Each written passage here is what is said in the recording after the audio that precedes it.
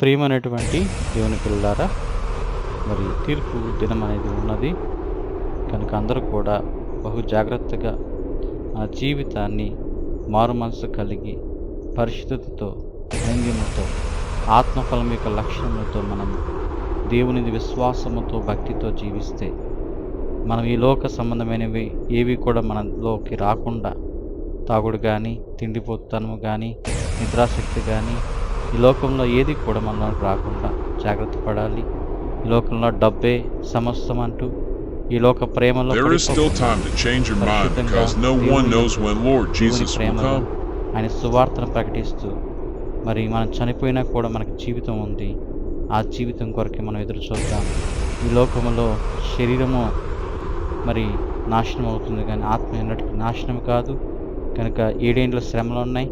ఆ శ్రమల్లో మరి దేవునితో ఉండేటువంటి గొప్ప భాగ్యము మనకు కలగాలి అంటే మనము దేవుని విశ్వాసము కలిగి ఉండాలి మరియు మారు మనసు కలిగి ఉండాలి. కనుక దేవుడు మేము దీవించుగాక. ఆమేన్.